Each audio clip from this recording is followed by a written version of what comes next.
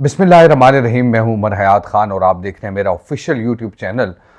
और कुछ अहम खबरें हैं जो आप लोगों के साथ शेयर करेंगे, ख़ास तौर पर तहरीक लब्बैक के हवाले से। और आज एक आला सतह का इजलास हुआ है और उसी कमेटी का इजलास, पहला इजलास बाज़ाब्ता हुआ है और कमेटी के उस इजलास में जो TORs तय किए गए हैं उस हवाले से एक बुनियादी खबर जो है वो मौजूद है। तहरीक लब्बैक पाकिस्तान के मुस्तकबिल के हवाले से एक बहुत बड़ी खबर है जो आपसे शेयर करेंगे कि तहरीक लब्बैक पाकिस्तान का मुस्तकबिल जो है वो क्या होगा। अब जो अहम इजलास हुआ है इस हवाले से आपको अपडेट देंगे, लेकिन उससे कबल जो हम देख रहे हैं कि कुछ लोगों की जानिब से ये कहा गया कि हाफिज अनस रिजवी जो है वो DI खान से गिरफ्तार हो चुके हैं। और कुछ लोग ये कह रहे हैं कि वो DI खान से नहीं बल्कि DG खान से गिरफ्तार हुए हैं। डेरा गाजी खान से उनकी गिरफ्तारी हुई है और कुछ जरा ये तस्दीक कर रहे हैं कि डेरा गाजी खान से जो है हाफिज अनस रिजवी को गिरफ्तार किया गया है।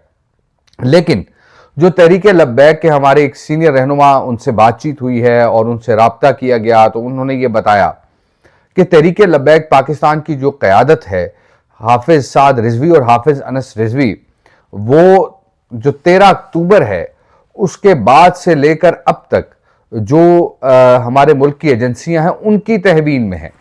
और उन्होंने ये बात सरसरी तौर पर की है, लेकिन उन्होंने कहा है कि जो एजेंसियां हैं उनकी तहवीन में हाफिज अनस रिजवी और हाफिज साद रिजवी हैं। और आज यानी ये 2 रोज कबल जो है वो हाफिज अनस रिजवी की गिरफ्तारी डाली गई है, लेकिन इसके बाद अब हाफिज साद रिजवी की भी गिरफ्तारी डाली जा सकती है और इनको एक साथ जो है वो अदालत में पेश किया जा सकता है। ये अहम डेवलपमेंट जो है वो हम आपको बताएंगे। लेकिन दूसरी जानिब जो तहरीक लब्बैक पाकिस्तान को एक बड़ी कामयाबी मिली है वो यकीनी तौर पर बड़ी इंपॉर्टेंट है। और वो जो कामयाबी है वो कमेटी के इजलास में डिस्कस हुई है ये बात। और मैंने आपसे पहले भी कहा था कि नून लीग के अंदर कुछ लोग ऐसे हैं कि जो नरम गोशा रखते हैं तहरीक लब्बैक पाकिस्तान के लिए, और इसी वजह से वो हमेशा ये मुतालबा करते हुए नजर आते हैं हुकूमत से या हुकूमती इजलासों के अंदर या फिर पार्टी मीटिंग्स के अंदर कि तहरीक लब्बैक पाकिस्तान का जो मुस्तकबिल है उस बारे में फैसला किया जाए।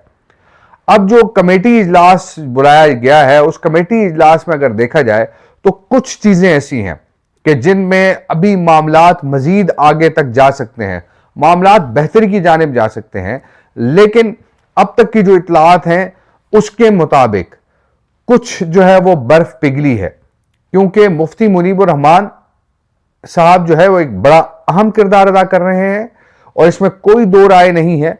और वो निजी महफिलों के अंदर वो ये बात करते हुए नजर आते हैं कि अगर हमने कुछ लेना है या कुछ हासिल करना है तो उसके लिए हमें कुछ मामलात पर हुकूमत को जो है हुकूमत की माननी पड़ेगी। लेकिन उन्होंने ये बात भी की है कि अब तक हमने हुकूमत से अपनी बातें मनवाई हैं और कोशिश ये करेंगे कि आइंदा भी हम हुकूमत से अपनी बातें मनवाएं। तो ये 2-3 अहम चीजें हैं कि जिस पर बात हुई है और इस हवाले से अब तहरीक लब्बैक पाकिस्तान यकीनी तौर पर एक बड़ा इंपॉर्टेंट स्टेप लेने जा रही है। और उस हवाले से ये कहा जा रहा है, कुछ लोग ये कह रहे हैं, कुछ जावेद चौधरी साहब ये कहते हैं कि हाफिज अनस रिजवी का और हाफिज साद रिजवी का सॉफ्टवेयर अपडेट किया जाएगा और फिर उसके बाद उनको ला के एक प्रेस कॉन्फ्रेंस कराई जाएगी और ये मामलात होंगे। फिर जो गजा पीस बोर्ड है इस हवाले से जो है वो एक प्रेस कॉन्फ्रेंस होगी। तो ये मामलात ऐसे, कुछ और लोग भी हैं जो दावे कर रहे हैं। लेकिन जो हमारी मालूमात हैं उसके मुताबिक अब तक तहरीक लब्बैक पाकिस्तान को एक सियासी कुव्वत जो है वो तस्लीम किया जा रहा है। और हम तो हमेशा से ये कहते आए हैं कि तहरीक लब्बैक पाकिस्तान जो है वो एक दीनी सियासी कुव्वत है, दीनी सियासी मजहबी जमात है। तो ये एक यकीनी तौर पर अब तहरीक लब्बैक पाकिस्तान को एक सियासी कुव्वत के तौर पर तस्लीम किया जा रहा है, क्योंकि बात जब भी होती है तो वो वोट्स जो है, क्योंकि हम डेमोक्रेसी की बात करते हैं, जमहूरियत की बात करते हैं, तो जमहूरियत में अफराद को गिना जाता है, जमहूरियत में अक्सरियत को गिना जाता है, क्योंकि यही जमहूरियत का कॉल है कि मेजॉरिटी इज अथॉरिटी। तो जिसके पास मेजॉरिटी है, जिसके पास अक्सरियत है, तो उसी की अथॉरिटी, उसी का कानून चलेगा। लेकिन तहरीक लब्बैक पाकिस्तान ने, अगर हम देखें तो इंतखाबात के अंदर बड़े पैमाने पर वोट लिए, अपने उम्मीदवार जो है वो हर जगह खड़े किए। तो इस हवाले से अब तहरीके लब्बैक पाकिस्तान को एक सियासी कुव्वत के तौर पर तस्लीम किया जा रहा है और ये एक बड़ी खबर है। और इस हवाले से कुछ हमारी हुकूमती लोगों से जो बातचीत हुई है वो ये कहते हुए नजर आ रहे हैं कि हमने हमेशा ये बात की है कि तहरीके लब्बैक पाकिस्तान को सियासी कुव्वत के तौर पर तस्लीम करना चाहिए, क्योंकि तहरीके लब्बैक पाकिस्तान इस वक्त मुल्क के अंदर दीनी सियासी कुव्वतों में अगर देखा जाए तो एक बड़ी जमात बन के उभरी है। इससे पहले जो दीनी सियासी कुव्वतें थीं उनमें JUI-FA मौलाना फजलुर रहमान की पार्टी जो है वो सबसे आगे नजर आती थी। लेकिन जो वोट्स के तनासुब से अगर देखा जाए, तो आपको यह चीज नजर आएगी कि तहरीके लब्बैक पाकिस्तान पूरे पाकिस्तान में वोट बैंक रखती है। तो इसीलिए जैसे तहरीके इंसाफ के लोग दावा करते हैं कि नून लीग पंजाब की जमात है, पीपल्स पार्टी सिंध की जमात है, PTI जो है वो पूरे मुल्क के अंदर अपना एक वोट बैंक रखती है, इसी तरह तहरीके लब्बैक पाकिस्तान यानी TLP भी अपना वोट बैंक पूरे मुल्क के अंदर रखती है। तो इसीलिए अब यह बात बताई भी जा रही है, बल्कि समझाई भी जा रही है कि इस जमात को एक सियासी कुव्वत तस्लीम कर लेना चाहिए। लेकिन कुछ जगह मामला स्टक हैं, कुछ लोगों की जिद और अना का मसला बन गया है। अब वो जिद और अना के मसले को, अगर वो इसको अपनी जिद और अना का मसला नहीं बनाते तो ये मिनटों में फैसला होने वाली बात है, यानी ये मिनटों की गेम है। हुकूमत के अंदर कुछ लोग ऐसे हैं जो ये समझते हैं कि अगर हमने तहरीके लब्बैक पाकिस्तान को स्पेस दे दी तो फिर हमारा वोट बैंक जो है वो मुतासर होगा। लेकिन ऐसा हरगिज नहीं है। तहरीके लब्बैक पाकिस्तान को स्पेस देने से किसी का वोट बैंक मुतासर नहीं होगा, बल्कि एक सियासी कुव्वत, एक जमहूरी कुव्वत जो है वो सामने आएगी। और अगर तहरीके लब्बैक पाकिस्तान के लोगों को एहतजाज के लिए पार्लियामेंट का प्लेटफॉर्म मिलता है तो फिर वो एहतजाज भी नहीं करेंगे, क्योंकि हमने ये देखा है कि तहरीके लब्बैक पाकिस्तान के उन लोगों ने बड़े पैमाने पर वोट लिया और वो ये कहते हुए नजर आ रहे हैं कि हमारे साथ इंतखाबात में धांधली हुई है और हमारे अक्सरियती वोटों को अकलियत में बदला गया है। तो अगर इस तरह नहीं होता और चीजें स्मूथ होती हैं तो फिर तहरीके लब्बैक पाकिस्तान एक बड़ा वोट ले सकती है और पार्लियामेंट के अंदर वो आ सकते हैं। जब हम ऐसी कुव्वतों का रास्ता अगर रोकते हैं और इनको पार्लियामेंट तक रसाई नहीं देते तो फिर बाअमरे मजबूरी वो सड़कों पे निकलते हैं, वो एहतजाज करते हैं। अब आपको मैं एग्जांपल इसकी देता हूं कि मौलाना फजलुर रहमान, जुमा को पार्लियामेंट का मुश्तरका इजलास था। मौलाना फजलुर रहमान ने गजा पीस बोर्ड को भी तनकीद का निशाना बनाया।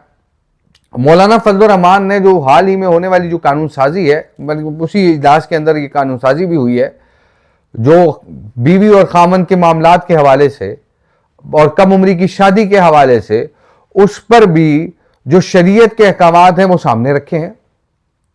और मौलाना फजलुर रहमान ने यह धमकी भी दी है कि मैं खुद निकाह करवाऊंगा 10 साल, 11 साल, 12 साल के बच्चे और बच्चियों का, आप मुझे रोक कर दिखाएं। अब जाहिर सी बात है कि अगर पार्लियामेंट के अंदर ऐसे लोग होंगे तो वो शरीयत और इस्लाम या फिर इस्लामी अक़दार, इस्लामी रिवायात की बात करेंगे।